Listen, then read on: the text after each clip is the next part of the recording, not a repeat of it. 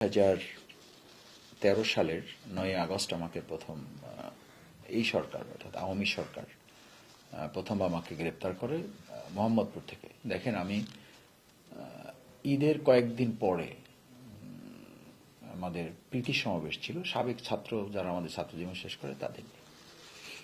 আমি বোধহয় 30-35 জন ভাইকে নিয়ে মোহাম্মদপুরে একটা জায়গায় একটা অফিসে আমরা বসছি। পুলিশ তথ্য পেয়েছে, তখন বিপ্লব কুমার ওখানে ডিসি।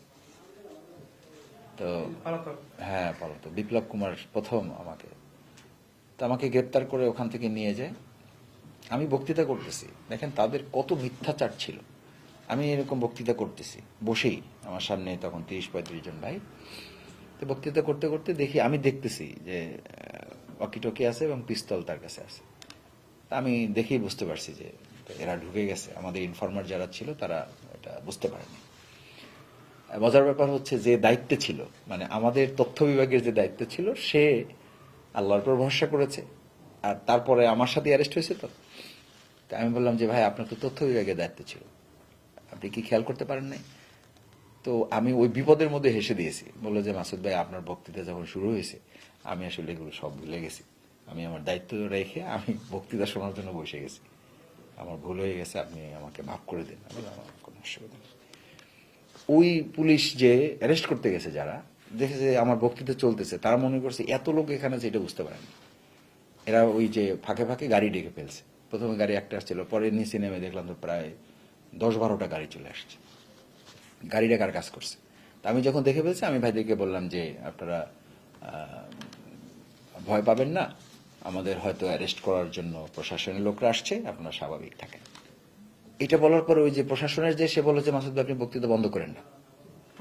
হ্যাঁ, বলছে আপনি বক্তৃতা বন্ধ করেন না, আপনি বক্তৃতা চালান, আপনার বক্তৃতা ভাল লাগতেছে আমাদের। মন থেকে বলছে না কি বলছে আল্লাহ মালিক ভালো জানে, হয়তো প্রস্তুতির জন্য সময় নিচ্ছে, হইতে পারে, আবার মন থেকে বলতে পারে। বলছে আপনার বক্তৃতা আপনি চালান, আপনি বক্তৃতা থামায়েন না, কারণ তাদের লোকেরা নাড়াচাড়া করবে, আমাদের অসুবিধা হবে। আর আপনার বক্তৃতা আমরা শুনতেছি, ভালো লাগতেছে, এবং আমরা এই ওয়াকিটকি দিয়ে আমাদের হেডকোয়ার্টারে আমরা আপনার বক্তৃতা শোনাচ্ছি যে আপনি কি বক্তৃতা করতেছেন।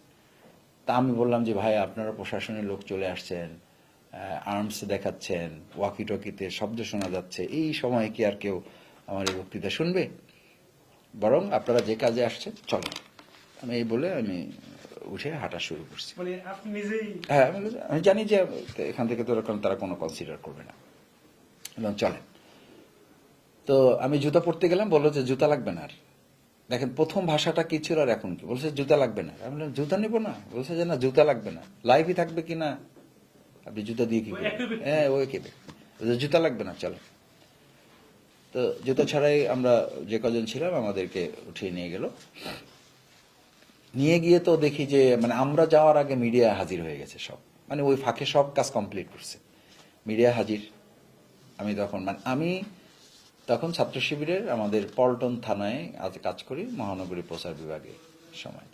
এই কোনো পরিচয় নেই, পরিচয় কি ইসলামী ছাত্র শিবিরের সাবেক কেন্দ্রীয় সভাপতি শফিকুল ইসলাম মাসুদ সহ শীর্ষ সন্ত্রাসীদের গ্রেপ্তার করা হয়েছে। হেডলাইন টিভিতে আমি গিয়ে দেখতেছি অফিসে, আমি দেখে হাসতেছি। আমি বললাম যে এটা কি আপনারা করতেছেন? বললো যে এটা প্রশাসনের নির্দেশনা, আমাদেরকে এভাবে স্ক্রল দিতে বলা হয়েছে।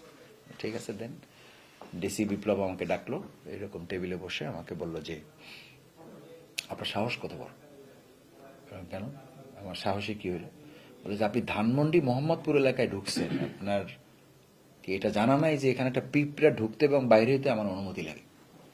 আমি ওটি কি বাংলাদেশে কোনো বিচ্ছিন্ন দ্বীপ নাকি? বলছে এত কথা বললেন না, টের পাবেন। সেটা তো ভিন্ন জিনিস, আপনাকে গ্রেপ্তার করছেন, আমাকে আইনের হাতে তুলে দিবেন, আইন ব্যবস্থা নেবে, যদি মামলা থাকে। এরপরে কম্পিউটার ওপেন করলো, কম্পিউটার ওপেন করে আমার সব মিছিল দেখাইতেছে, এটা আপনি না, এটা আপনি না, এটা আপনি না। আমি বললাম হ্যাঁ, সবই তো আমি, ঠিকই আছে। মিছিল কি অন্যায়? সমাবেশ কি নিষিদ্ধ করা হয়েছে? এ কারণে কি আমাকে গ্রেপ্তার করা হবে? আর এই মিছিল মিটিং দেখায় আপনি আমাকে কি বুঝাইতে চান? বলছে যেটা বুঝাইতে চাই সেটা হলো যে এই পুরা রাষ্ট্রকে অস্থিতিশীল করার জন্য নেপথ্যে মূল হলেন আপনি। আমি বললাম আমি তো শিবির ছাড়ছি এখন থেকে 7 বছর আগে, 2007 সালে আমি ইসলামী ছাত্র শিবিরের কার্যক্রম শেষ করে আমি জামাতে। বলছেন আপনি শিবির ছাড়ছেন, বাট শিবির এবং জামাত দুটাই আপনি চালান। আমি সর্বনাশ করছেন, আমার এত যোগ্যতা এটা তো আমি জানি না, আপনারা জানলেন কিভাবে? বলছে এটা জানেন না, এটা আপনার ব্যর্থতা, কিন্তু আপনার কথায় শিবির চলে, আপনার কথায় জামাত চলে।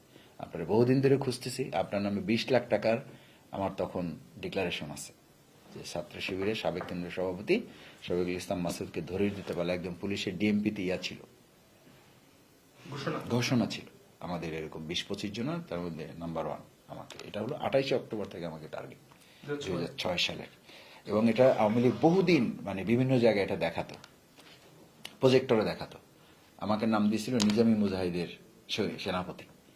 এই স্ক্রল করে আমাকে দেখাইতো, কি দেখাইতো, আমার হাতে একটা ছোট এত 1 হাত পরিমাণ বা তার ছোট একটা লাঠি নিয়ে আমি তখন, অথচ তারা মানে স্ট্যান্ড গান ব্যবহার করেছে, AK-47 ব্যবহার করেছে, চাইনিজ পিস্তল ব্যবহার করেছে। বিপরীত পক্ষে যারা ছিল 14 দলের আওয়ামী লীগের শেখ হাসিনার তৎকালীন নির্দেশে যে লগি বইটা, মূলত তো লগি বইটা শোপিস, আসলে তো নিয়ে আসছিল একদম সব আগ্নেয়াস্ত্রগুলো। তো তখন থেকে তারা আমাকে টার্গেট করেছে। ওই সময়ে তারা আমাদের এই অফিসে আগুন ধরাতে চেয়েছিল, এই মহানগর অফিস, এখান থেকেই আমাদের প্রোগ্রাম উত্তর গেটে ছিল, অফিসে আগুন ধরাতে চেয়েছিল। ওই প্রোগ্রামটা আমাদের ব্যর্থ করতে চেয়েছিল এবং আমাদের তারা মূলত একটা ভয় তৈরি করতে চেয়েছিল। সেদিন তারা ব্যর্থ হয়েছে। সকাল 7টা থেকে সন্ধ্যা 7টা পর্যন্ত 12 ঘন্টা আমরা লড়াই করেছি। শেষ পর্যন্ত তৎকালীন বিডিআর এবং পুলিশ সহ এসে আমাদেরকে একটা আন্ডারস্ট্যান্ডিং করায় আমি বললাম যে একটা লোক তাদের ওখানে থাকা অবস্থায় আমরা এখান থেকে যাব না।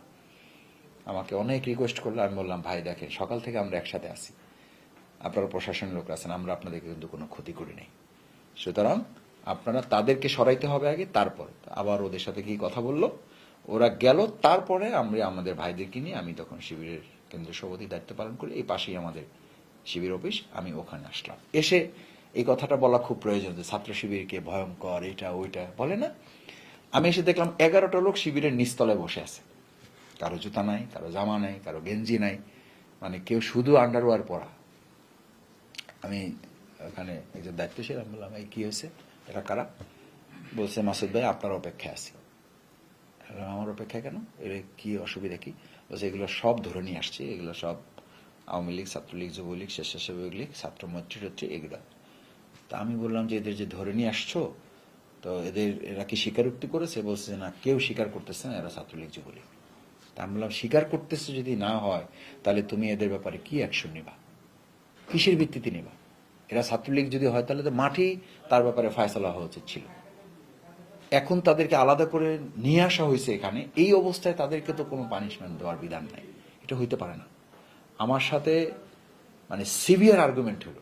আমি বললাম অসম্ভব, যদি তুমি রাজপথে মোকাবেলা করতে সেইটা ভিন্ন জিনিস, কিন্তু ধরে নিয়ে এসে তার ব্যাপারে আমি এখন সিদ্ধান্ত দেব, তারপরে তার ব্যাপারে কোনো ফয়সালা হবে, এটা অসম্ভব।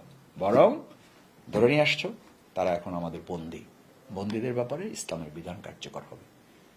আমি বললাম যে এদের খাওয়া দাওয়া করাও, এরা যদি স্বীকার করে যে এরা ওই দলের লোক তাহলে এক ধরনের ব্যবস্থা হবে, আর যদি তারা স্বীকার না করে যে না তারা ওই দলের লোক না, তাহলে তাদেরকে সম্মান মর্যাদা খাওয়া দাওয়া করিয়ে, তাদের জুতা না থাকলে তাদের জুতা দেয়। এবং আমি আজকে বলছি, দায়িত্ব নিয়ে বলছি, আমি অফিস থেকে যে কয় জোড়া জুতা পেয়েছে আমাদের, ইভেন আমার জুতা জোড়া, আমি তাদের পায়ে তুলে দিয়েছি, পরেন এগুলো পরে আপনারা জামা কাপড় যা যা ছিল দিয়ে খাওয়া দাওয়া করায় তাদের এই 11 জনকে আমি ছেড়ে দিয়েছি। আপনি অবাক হবেন, এটা জানা দরকার এই জাতির, যে সেই রকম একটা ক্রিটিক্যাল মুহূর্ত যখন আমাদের 7 জন ভাইকে তারা শহীদ করছে, আমার সামনে 11টা লোক থাকার পরও আমি তাদেরকে সম্মান মর্যাদার সাথে তাদেরকে আমি ছেড়ে দিয়েছি। এবং ইতিহাস হচ্ছে ওই 11 জনের মধ্যে ইসলামী ছাত্র শিবির করে তাদের মধ্যে 4 জন সাথী হয়েছে। আমি তখন আমাদের ভাইদেরকে বলছিলাম পরে যে ভাই ওই লোকগুলোর ব্যাপারে যদি আমি ওই দিন কোনো পানিশমেন্ট দিতাম, আল্লাহর কাছে কি জবাব দিতেন আপনারা? বলছেন আসিফ ভাই আপনার সিদ্ধান্তের জন্য আপনার জন্য দোয়া করি, আপনাকে ধন্যবাদ জানাই যে আপনি ওই দিন নেতিবাচক কোনো সিদ্ধান্ত দিয়ে এই লোকগুলোকে ঝুঁকির মুখে ফেলেননি। আমার মন বলে যে আল্লাহ তাআলা আমার কোনো আমল যদি পছন্দ না হয়, ওই আমলটা আল্লাহ কবুল করতে পারে, এবং নিতান্ত একেবারে আল্লাহ সন্তুষ্টির জন্য করেছি, আপনার জন্য এই লোকগুলোকে আমি ছেড়ে দিলাম। কারণ এর ব্যাপারে আমি আইডেন্টিফাই করতে পারি নাই যে এরা মৈত্রীর লোক, এরা ছাত্রলীগের লোক, এরা স্বেচ্ছাসেবক লোকদের গায়ে তো লেখা নাই, আর কেউ স্বীকার করতেছে না। সবাই যা হয় বিপদের মুহূর্তে, মানে কেউ পা জড়াই ধরতেছে, কেউ হাত জড়াই ধরতেছে, কেউ এসে বলতেছে ভাই আমার বাচ্চার কসম, আমার স্ত্রীর কসম, আমার মায়ের কসম, আমাকে আপনি বাঁচান। এরকম একটা মুহূর্তে আপনি তার গায়ে একটা থাপ্পড় দেওয়ার ইয়া থাকে, যদি মানুষ হয় মিনিমাম। এই ছাত্র শিবিরের দায়িত্ব কিন্তু আমি ব্যক্তি মাসুদ হিসাবে এটা করি নাই, আমি করছি, এটা ছাত্র শিবিরের দায়িত্ব। আর সেই ছাত্র শিবিরকে কেউ রক্ষাটা বলে, সেই ছাত্র শিবিরকে কেউ জঙ্গি বলে, সেই ছাত্র শিবিরকে কেউ উগ্রবাদী বলে, ইম্পসিবল। আমি ছাত্র শিবির করে দায়িত্ব নিয়ে বলছি যে আমরা এই মানবিকতাটা স্থাপন করেছি। এটা আমি আমার জায়গা থেকে, অভিজ্ঞতা থেকে বলছি, এটা কোনো বই পড়ে বা কারো কাছ থেকে শুনে বলতেছি।